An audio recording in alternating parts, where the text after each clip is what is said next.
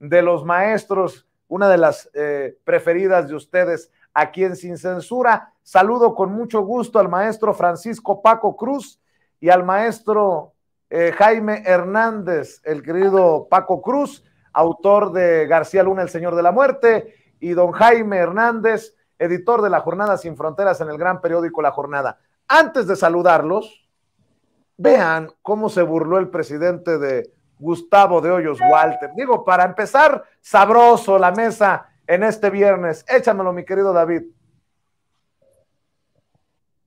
Hace unos días se destapó otro de los candidatos del bloque conservador, uno de Coparmex, Gustavo de Hoyos, sí, que tiene esas características.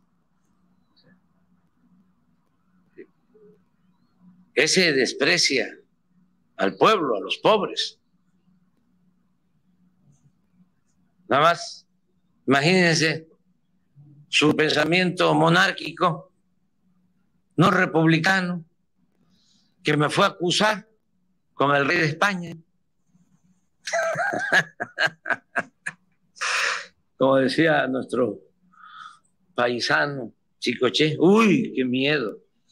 Miren cómo estoy temblando.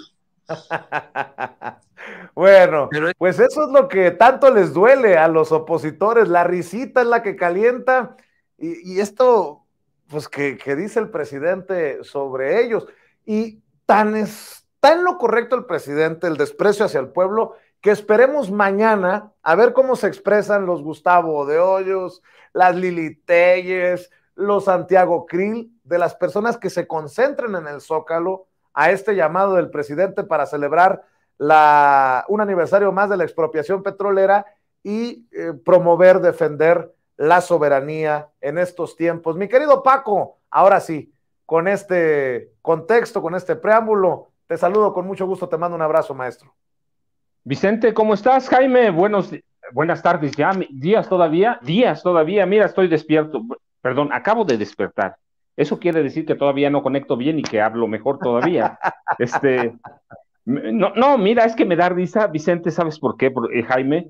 Porque este fue el hombre que prometió y se comprometió a elaborar un proyecto político y de desarrollo de gobierno para el PRI y para el PAN cuando empezaron a formar su propia alianza y hasta hoy descubre que no sirven para nada. Pero nunca presentó el famoso proyecto de político ni programa de gobierno para quien fuera el candidato presidencial del PRI o del PAN. Es un hombre verdaderamente que no sé si sepa lo que está haciendo. Mira, cuando estabas hablando por lo de Cuadri, ya no sé si Vicente Fox sea el único que fuma esas cosas raras. A eso puede sumar a Gustavo de Hoyos Walter. Es que de veras Vicente se comprometió. Por ahí está todo. Él se comprometió a elaborar un proyecto político y un programa de gobierno para el PRI, para el PAN. Y todavía, ya pasaron más de 2 años y todavía no lo presenta. Ahora él se presenta como precandidato. No, pues es un chiste va a ser un chiste el 2024. Pues mejor, no sé, Vicente, verdaderamente ya descubrió que no sirve para nada nadie, así que se eleva como Gustavo I, candidato a la presidencia de la República, pero pues lo mismo, mira, ya no se acuerda, él debe recordar, solo hay que hacer un programa o un ejercicio de memoria, porque él debe conocer bien, a ver, ¿qué hizo Miguel de la Madrid que él conoce bien? No hizo nada, y estoy hablando de grandes obras de infraestructura, proyecto de trabajo, programa político, no hizo nada. ¿Qué hizo Carlos Salinas de Gortari? Bueno, perdón, Miguel de la Madrid, sí, él sentó las bases para el neoliberalismo mexicano y sumió a este país en una crisis profunda para servir a los empresarios y sirvió a los empresarios. ¿Qué hizo Carlos Salinas de Gortari? Adoptar lo que hizo Miguel de la Madrid y vender 250 empresas paraestatales a sus cuates. Nos heredó el IPAB, que después Cedillo transformó en Fobaproa, y Cedillo, ¿qué hizo? Además del Fobaproa, vender los ferrocarriles y trabajar para los ferrocarriles. Y Fox, ¿qué hizo? Abrirle el paso a Genaro García Luna y empezar o sentar las bases para entregar la industria eléctrica eléctrica mexicana a los españoles. Claro, también mejoró su rancho y creó la AFI mexicana que iba a ser el FBI. ¿Y qué hizo Calderón? Pues nada más elevó la deuda de 1 billón a 5 billones de pesos, creó el búnker de García Luna, entregó el país al narco y dilapidó 350 millones de dólares que entraron por petróleo. Ese es el país que quiere Gustavo de Hoyos Walter, ese es el país que extrañan, el país de los presidentes que perdonaban hasta Peña Nieto 600 mil millones de pesos por año solo en evasión de impuestos, aparte de otros regalos fiscales que eran legales pero inmorales. Entonces, ese es Gustavo de Hoyos Walter, un retrato de esos personajes, por eso ahorita me vino a la memoria y lo retrato a todos. Él es eso, como Claudio X González.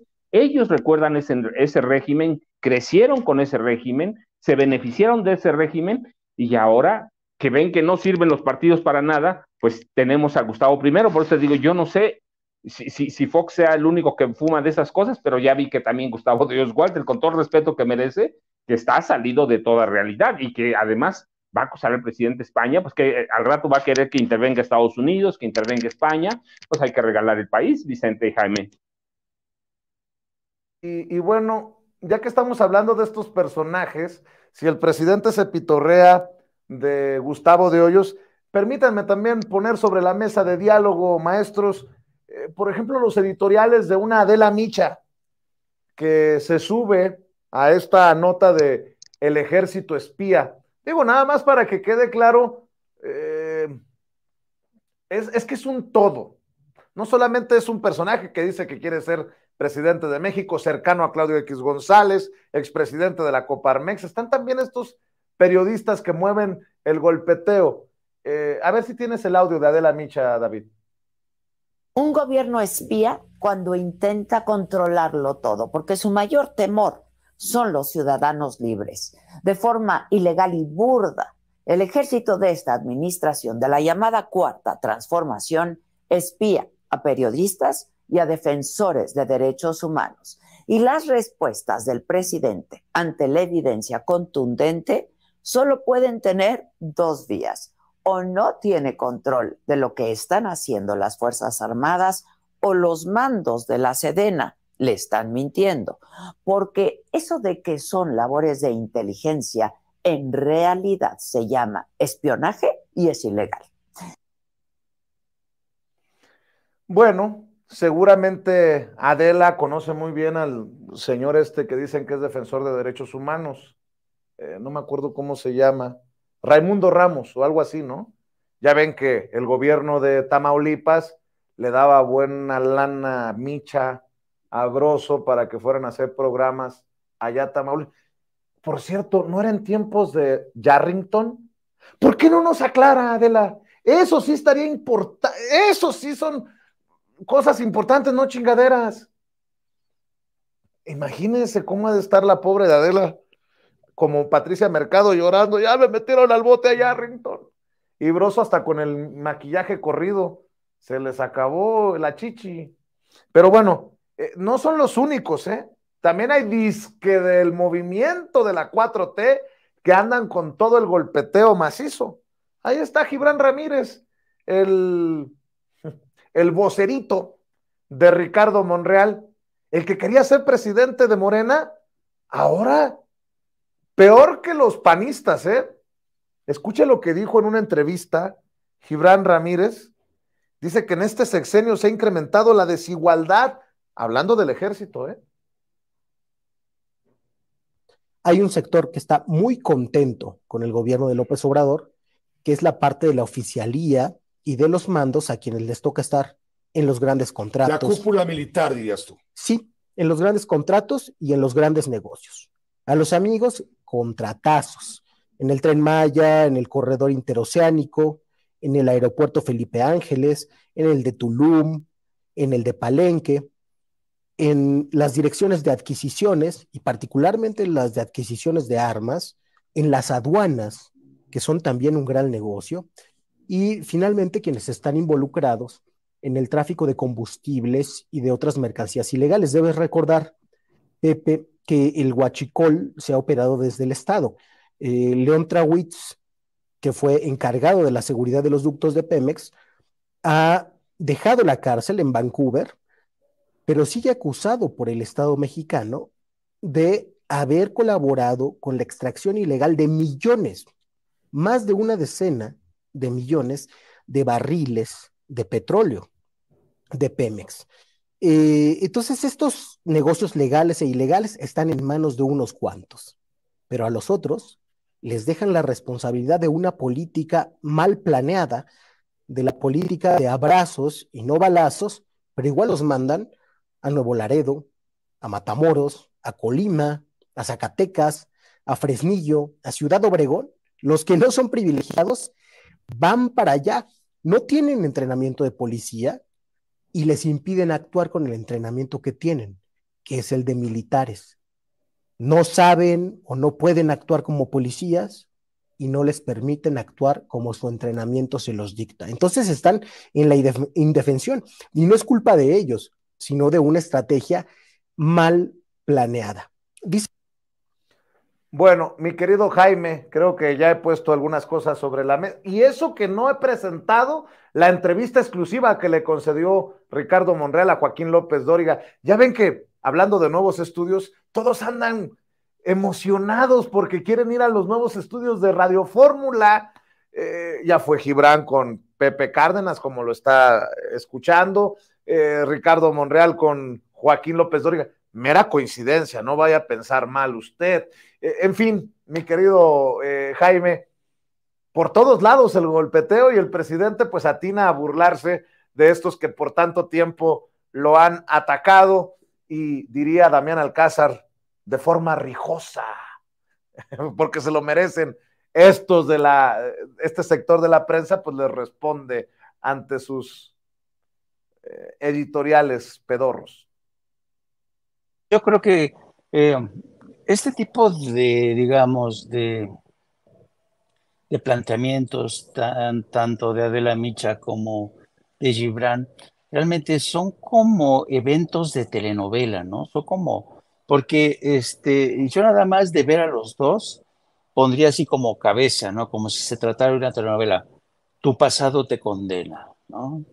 En el caso de Adela Micha, su pasado la condena. Acuérdense que Adela Micha era de las mujeres que más recibía dinero, tenía incrustado a su hijo en la nómina de la Secretaría de Gobernación, en épocas en las que Secretaría de Gobernación, Osorio Chong espiaba a todo Dios, a todo Dios, espiaba periodistas, por ejemplo, era la época en la que Osorio Chong espiaba, por ejemplo, a Carmen Aristegui, le espiaban, la filmaban, veían sus encuentros con corresponsales extranjeros. Había un espionaje sistemático de periodistas que se atrevieran a ventilar escándalos, ¿no? Hoy sabemos que Carmen Aristegui, que antes fue espiada, que antes, ahora prácticamente se ha pasado a la acera de enfrente, ¿no? Pero su pasado la condena. También, bueno, su presente la condena en el caso de Aristegui. Pero en el caso de Gibran, fíjate, es fascinante cómo Gibran, que era una especie de mascota de Ricardo Monreal, que lo traía para arriba, para abajo, lo llegaban a presentar como un chico muy inteligente, lo defendían a capa y espada ante los intentos. ¿Te acuerdas cuando Denise Dresser se metía con Gibran por ser joven? Bueno, todo el mundo lo defendía. Lo hicieron crecer, ¿no? Lo hicieron crecer y ahora este muchacho que antes defendía la transformación, la 4T, pues al sentir que sus ambiciones no se vieron correspondidas con la realidad, pues ha decidido dar el cambiazo de bandera y se ha incorporado en esta ofensiva, ¿no? Los famosos ardidos de la 4T que responden al llamado de Ricardo Monreal.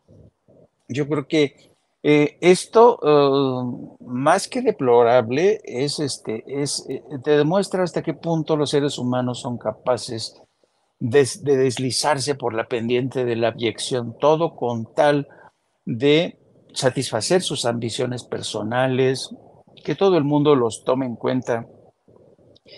Y en el caso tanto de Adela Micha como de Gibran, que tal pareciera que los dos no tienen nada que ver, que ambos orbitaban en distintas planetas o eran de distintos planetas.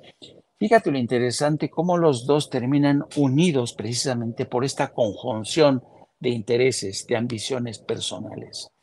Y siempre se ha dicho, y el presidente lo ha resaltado y destacado una y otra vez, este tema no va de personas.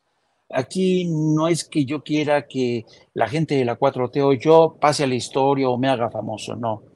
Esto va de resarcir al pueblo. Esto va de reivindicar, de terminar con las injusticias del pasado. Yo cuando veo este tipo de personajes cobrando protagonismo para denunciar que ya no se hace, que se ha traicionado a la 4T, que ellos son la neta del planeta de la 4T, en el caso de Gibran, y en el caso de Adela Micha, denunciar espionaje, cuando ella misma se cayó mientras espiaba a todo mundo, ¿no? Entonces, ¿qué autoridad tienen estos dos personajes, francamente? Pero claro, son comparsas de este nuevo embate que se está organizando, porque se vienen dos citas importantes, viene lo de Coahuila, viene lo del Estado de México, y el maestro Paco lo sabe, la lucha por las elecciones en el Estado de México para el PRI va a ser una batalla de carácter existencial. Y se están pertrechando, se están reforzando, contratando, fichando gente, creando estudios nuevos con tal de defender el último bastión que les queda, el del Estado de México. Y por supuesto lo hacen desde estas trincheras que aún controlan. Me refiero a los medios de comunicación que se siguen protegiendo las vergüenzas entre ellos, querido Vicente, querido Paco.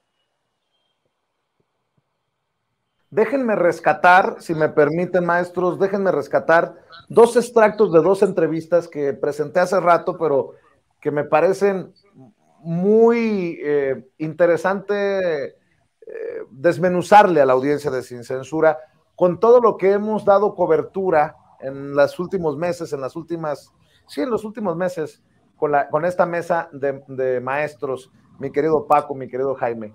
Primero, cómo se quiere quitar de encima el tema García Luna Santiago Krill en entrevista con Sabina Berman, pero que creo que lo deja más embarrado que nunca. Es como si este señor del CISEN, ahorita me vas a recordar el nombre, Paco, que salió a defender a García Luna con Ciro Gómez Leiva hace poco,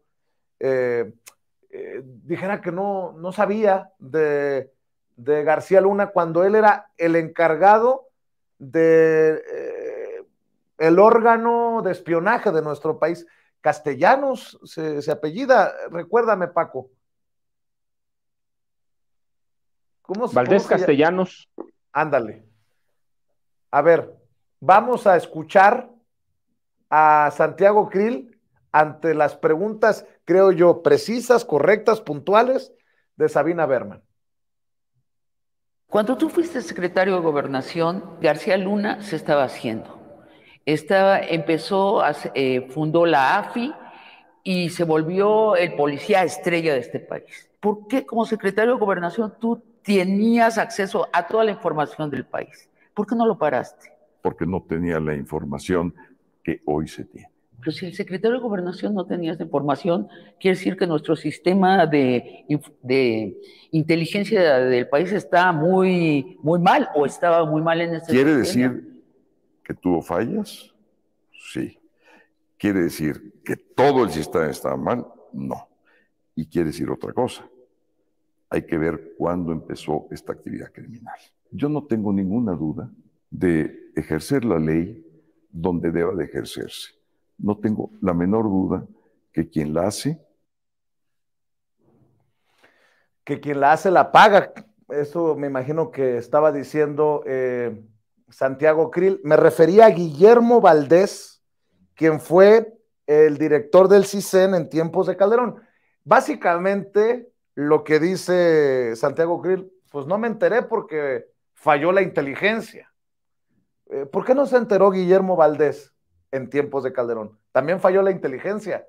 Pinches hipócritas, cínicos, sinvergüenzas. Y lo que mencionaba Paco, Jaime, este extracto de la entrevista que le realiza una colega de la CNN, a César de Castro. En este momento es cuando César de Castro les pone un periodicazo a Felipe Calderón y a los supuestos amigos de García Luna, porque abandonaron a García Luna y abandonaron a la familia. Dice él que le advirtió, como le ha advertido a muchos de los que ha representado en juicios de alto perfil, que es cuando se les abre un caso en Estados Unidos y van contra la justicia estadounidense, cuando se dan cuenta cómo quedan solos. Escuche, por favor. De la prisión en Brooklyn donde está recluido, ¿está él al tanto de todas las reacciones, las repercusiones que ha tenido este juicio? Por ejemplo, ¿vio él el comunicado de Calderón después del veredicto? El expresidente defendió su gestión en contra de los narcotraficantes del narcotráfico durante su gobierno, pero no salió a defender a Genaro García Luna. I don't think he's aware to the extent that you're talking about of the reaction in Mexico, because in the jail they are somewhat isolated. But of course there is media, and and of course we meet with him, and he's able to communicate with his family. He is aware of the statement. ¿Cuál fue su reacción? We really haven't talked about it very much, I'll tell you. His reaction, to me, I'll tell you what my reaction was, which I think was similar for him. That didn't really surprise me. As I tell most of my clients, you will learn very quickly when you are arrested and charged in the United States, especially in a high-profile matter, who will stay by your side and who will not, and who will sort of be in the middle or can't, necessarily take a position, if you will. And so this has been a pretty lonely process for this family. There has been few to none who have come to their side. Bueno, pues ahí está la queja, la denuncia que hace César de Castro en esta entrevista con la CNN, de que fueron abandonados Genaro García Luna y su familia en este proceso. Y porque tengo un amigo, nada más, también para dejarlo sobre la mesa, maestro Paco Cruz, maestro Jaime Hernández, para escuchar sus opiniones de esto. Tengo un amigo, mi amigo Charlie, me dice, entiende, Vicente, estaba muy ocupado Guillermo Valdés Castellanos haciéndole la competencia al maestro Paco Cruz, escribiendo libros como este, el exdirector del CISEN, Historia del narcotráfico en México. ¡Chingada madre! Se le olvidó incluir ese capítulo de Genaro García Luna. Nótese mi sarcasmo. Mi querido Paco, escucho tus opiniones de Santiago Krill, de Valdés, de lo que dice el abogado de García Luna. Vámonos, maestro. Fíjate, Vicente, te voy a contar una anécdota primero. Estaba anotando un nombre que me vino a la cabeza para que no se me olvidara, pero te voy a contar dos anécdotas. En 2006, Genaro García Luna descubrió que Vicente Fox tenía un candidato presidencial. Lo hizo en 2005, pero en 2006 fue muy claro. Descubrió que Vicente Fox tenía un candidato presidencial o precandidato del PAN que se llamaba Santiago Krill Miranda. Y entre sus cercanos, y eso lo sé por agentes de inteligencia, llegaron a la conclusión de que Santiago Krill era bien pendejo. Esas son las palabras, ¿sí? Era bien pendejo. Entonces, decidieron armar un proyecto y entregárselo a Felipe Calderón. El expediente de Genaro García Luna en la AFI, el expediente de Genaro García Luna, antes de que llegara a la AFI, su expediente criminal de joven estaba en la Dirección Federal de Seguridad y después en el CISEN desde 1987. Desde 87. Allí lo tenían. Es el que me entregaron a mí de mano los agentes del CISEN. ¿Por qué no se lo entregaron? ¿Por qué no lo pidió Santiago Krill? ¿Por qué no pidió el expediente del hombre que iba a manejar la Agencia Federal de Investigaciones, que estaba supuesta o destinada a ser el Buró Federal de Investigaciones mexicano? ¿Por qué no lo pidió? ¿Por qué no pidió investigar a ese hombre? Pues porque yo supongo o deduzco o concluyo que Genaro García Luna tenía razón cuando en su equipo descubrieron en 2006 que Santiago Krill Miranda era bien pendejo. Eso es real, tanto que no fue candidato presidencial, y que Genaro García Luna tenía razón cuando fue con Felipe Calderón Hinojosa y con Margarita Zavala. Entonces, ¿en manos de quién estaba la seguridad nuestra? Y Guillermo Valdés Castellanos, pues ya ni digas, porque él era el responsable del CISEN, porque él era el responsable, él debió haberlo pedido y seguramente lo conoció y seguramente sabía, y si no, pues también era bien pendejo. La verdad, entonces, ¿en manos de quién estaba la seguridad nacional de este país?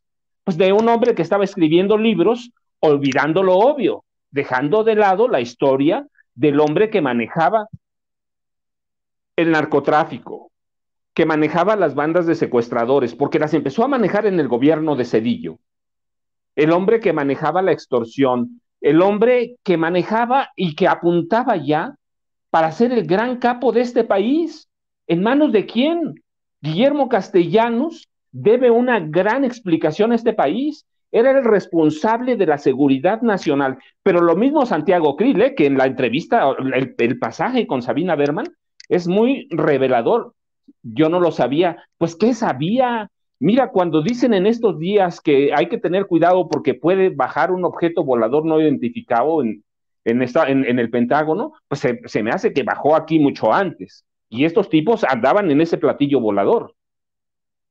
Santiago Krill debió haberlo sabido, debió haber investigado. Castellanos, Alejandro Poiré, que también fue titular del CISEN, a nadie se le ocurrió, o no se les ocurrió, o sí sabían, o son lo que decía Genaro García Luna de ellos, bien pendejos. Porque eso lo decía todo el equipo, y todo el equipo subió hasta la Secretaría de Seguridad Pública. Fernando Gómez Montt, que también fue titular de Gobernación, pues también, y fue uno de los grandes protectores de Genaro García Luna. Miguel Ángel Osorio Chong, por más que lo proteja la investidura del Senado, él lo sabía. ¿Por qué no lo denunció? Porque es otro mafioso como él. Es otro mafioso. Entonces, todos lo sabían, pero todos callaron, todos guardaron silencio, porque se beneficiaron de eso. Es imposible, de veras, pensar que a un hombre que está escribiendo la historia del narcotráfico en este país, se le olvidara pedir los archivos del CISEN sobre Genaro García Luna, se le olvidara pedir los archivos de un hombre que era criminal desde jovencito. Para mí es inverosímil eso. Pero si ellos dicen, mira, ¿sabes qué? Lo que está diciendo Krill con Sabina Berman es que fui bien pendejo, la verdad es que no sabía. Si hubiera sabido cumplo la ley, no sabía. Entonces, este país estaba a la deriva y así quiere ser candidato presidencial. Krill es una vergüenza. Todos ellos, los dos secretarios de Gobernación, Fernando Gómez Montt, Krill y Miguel Ángel Osorio Chong del PRI, le deben una gran explicación a este país. Ya no hablamos, te digo, de Calderón y de Fox, que eran cómplices claramente, eran la cabeza del cártel que operaba desde Los Pinos. Estos hombres, Valdés Castellanos, dedicado a escribir la historia del narcotráfico de este país, y deja fuera al capo mayor, a los dos capos mayores. Yo le digo, uno el capo mayor y el otro el capo imperial. Los deja fuera, pues, ¿qué escribió? Y ahora, claro, hace relaciones públicas con sus cuates. Ahí, con ellos va a platicar. Nadie sabía, nadie se enteró, pues en manos de quién estaba este país. Por eso este país está como está. Por eso la violencia subió de tal nivel, porque estaban dedicados a saquear este país. Son parte de los depredadores de México y merecen ser juzgados, no solo por historia. La verdad es que la justicia debía tomar cartas en el asunto. Todos ellos aceptar un cargo cuando no tienes capacidad para ello, debe ser un delito. Pero mira, a nadie le importó porque todo mundo estaba pensando que se iban a apoderar de este país por mucho tiempo, hasta que llegó la mafia de Enrique Peña Nieto. ¿Sí? Entonces, ellos verdaderamente merecen, perdón, el pueblo de este país merece una explicación de ellos. son los grandes tranzas, los grandes impostores, son falsarios, metieron a este país en una ola de violencia porque no conocían al país, porque gobernaban solo para las clases ricas, Vicente. Entonces, ese pedacito de Sabina Berman, de veras que me causa calosfríos, porque digo, qué hombre tan cínico. Pero al final digo, Genaro García Luna tenía razón. Santiago Krill Miranda era bien pendejo y ahora quiere ser candidato presidencial del PAN, Vicente. Y está bien pendejo si cree que va a ganar las elecciones. Querido Paco, te saludo con mucho gusto, querido Jaime. Tomo la batuta ahora que perdimos la comunicación con Vicente. Yo honestamente no le veo ningún tipo de futuro a cualquier tipo de aspiración de Santiago Krill. Lo hemos visto pues hacer sus circos, sus tonterías en TikTok, pero definitivamente no podemos pensar, en mi opinión, que podría representar algún tipo de oposición en la grande, en 2024. Estoy convencido de eso, no puede haber de otra. Esa es la realidad de un personaje como Santiago Krill. Y le pido al equipo que nos grabe para también escuchar tu opinión, querido Jaime. Tenemos estas dos vertientes en el caso, ¿no?, de Genaro García Luna. Tenemos a un Santiago Krill diciendo que, así como opinaba el equipo de Genaro García Luna, estaba bien pendejo, y pues él nunca se dio cuenta de nada, que puede ser el señor Constitución y conocer la Constitución de pe a pa, haber ido a las mejores universidades, estar al nivel de José Antonio Meade, también un sujeto que también fue a las universidades de la Ivy League acá en Estados Unidos, pero aún así también navegó con bandera de pendejo, y dice, yo fui un pendejo, soy un pendejo. Y tenemos por otro lado a esos que abandonaron a su amigo, pues sí, ni modo que lo siguieran ahí apoyando de alguna u otra forma. Esto podría provocar que se den cuenta de algo. Creo que estas declaraciones que hace el abogado de Genaro García Luna es un precedente para que se sepa que tal vez van a pues buscar alguna sentencia menor, hablando y dando a conocer quiénes eran los colaboradores de Genaro García Luna. ¿Qué opinas de esto, Jaime? Bueno, en el primer caso, yo diría que las declaraciones de Santiago Krill con Sabina Berman son una confesión de parte de que durante el gobierno de Felipe Calderón y también de Fox, los sistemas de inteligencia se utilizaban para espiar domésticamente. Fue durante la presidencia de Calderón y también durante la presidencia de Enrique Peña Nieto, cuando se utilizó el programa espía de Pegasus, ¿no? Y yo creo que el espionaje, el servicio de inteligencia se utilizaba para eso, para espiar a los adversarios políticos, particularmente en la época de Calderón. Y Calderón y Krill no sabía porque efectivamente el gobierno de México estaba supeditado a la inteligencia que le pasaba a Estados Unidos. Estados Unidos compartimentalizaba la inteligencia y compartía con México lo que le convenía, ¿no? Para empujar operaciones de la DEA, para dar cobertura a sus agentes. Y hoy esto ha cambiado por completo. El gobierno de México ya no está supeditado a las labores de inteligencia de Estados Unidos. El gobierno de México genera su propia inteligencia.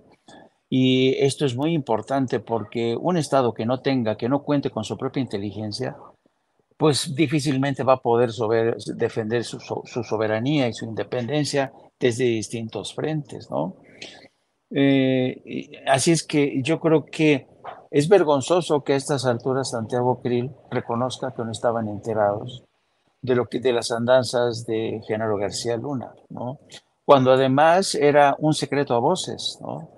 Que se decía que múltiples militares, comisionados de la Policía Federal compartieron con Felipe Calderón, y a pesar de ello, pues nunca se hizo nada, que es una desvergüenza, en pocas palabras, de Santiago Krill. Y yo por eso Santiago Krill queda descalificado, porque, mira, yo creo, Toño, Paco, que la negligencia, la incompetencia, a la hora de defender al Estado, y estando en un puesto como el secretario de Gobernación, como fue el caso de Krill, la incompetencia es una forma de corrupción. Quizá es otra forma de corrupción, pero es corrupción. tú no puedes declarar que no sabías porque estás diciendo, reconociendo que eras un incompetente, que eras un corrupto, porque insisto, la incompetencia es una forma de corrupción. De otro lado, yo creo que las declaraciones de César de Castro sobre el estado de ánimo y la circunstancia que vive hoy Genaro García Luna es muy revelador, pues así caen todos los ángeles caídos, ¿no?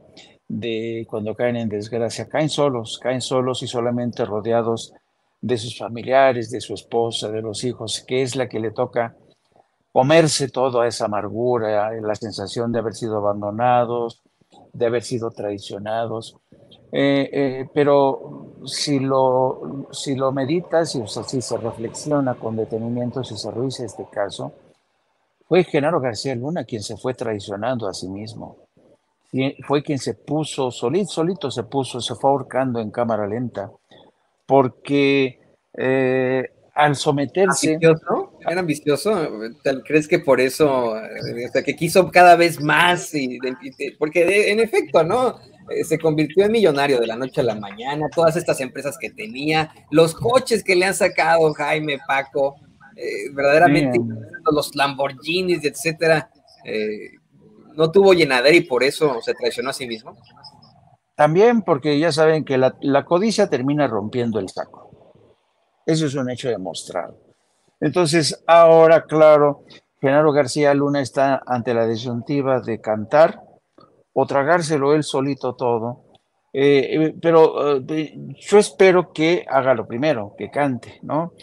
Pero tengan en cuenta que nos estamos enfrentando a un gobierno de carácter gangsteril como el que encabezó Felipe Calderón. Felipe Calderón era capaz de amenazar al presidente de la Suprema Corte, al señor Arturo Saldívar.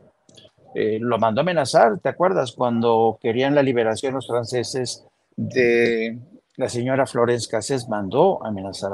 Entonces, Felipe Calderón, yo no creo que se quede quieto. Yo creo que, como pasa en todas las mafias, ¿no? Como hacían en las películas del Padrino, le mandan decir al susodicho, al que ya cayó en desgracia, quédate tú, cómete todas las culpas y a tu familia no le va a pasar nada, la vamos a proteger, vas a poder, tu familia va a poder conservar riqueza, poder, ¿no? Pero si no lo haces, pues cuídate tú y tu familia, ¿no? Entonces, francamente, no lo sé qué es lo que vaya a decidir, pero la definición de César de Castro de la circunstancia de Genaro García Luna que se siente abandonado a su suerte, pues, ¿qué esperaba? Digo, ¿qué esperaba Genaro García Luna? Habiendo él detenido, extorsionado a todos los que hoy han sido sus delatores, los testigos en contra de él, pues ¿qué esperaba él, no? Entonces, en muchos sentidos, yo por eso creo que Genaro García Luna se puso él solito la soga al cuello. Y vamos a ver si, como opina el presidente, Genaro García Luna decide soltar lastre y contarlo todo. Sería fantástico, no, hombre. Pero conociendo a los malandros, el equipo de Felipe Calderón, yo te apuesto que presionarían desde distintos ámbitos. Así es que pronóstico reservado en ese sentido. No, sí, vamos a ver qué pasa con todo esto. Vamos a ver en qué concluye. Yo les quiero agradecer, compañeros, que se hayan conectado con nosotros. Antes de pedirles sus redes sociales, les quiero compartir esta imagen, esta dedicatoria de ese libro, Historia del Narcotráfico en México, escrito por Guillermo Valdés Castellanos, porque no me lo van a creer, pero en las dedicatorias, en los agradecimientos, ahí aparece Genaro García Luna. También Marisela Morales, miren lo que son las cosas. Juan Camilo Muriño, obviamente, pero qué interesante, ¿no? Genaro García Luna.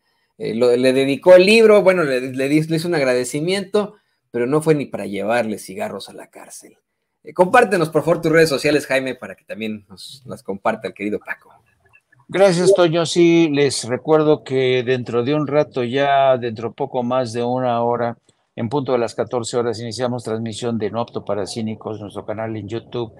Por favor, búsquenos, No Apto para Cínicos, suscríbanse, denle a la campanita para que les notifique.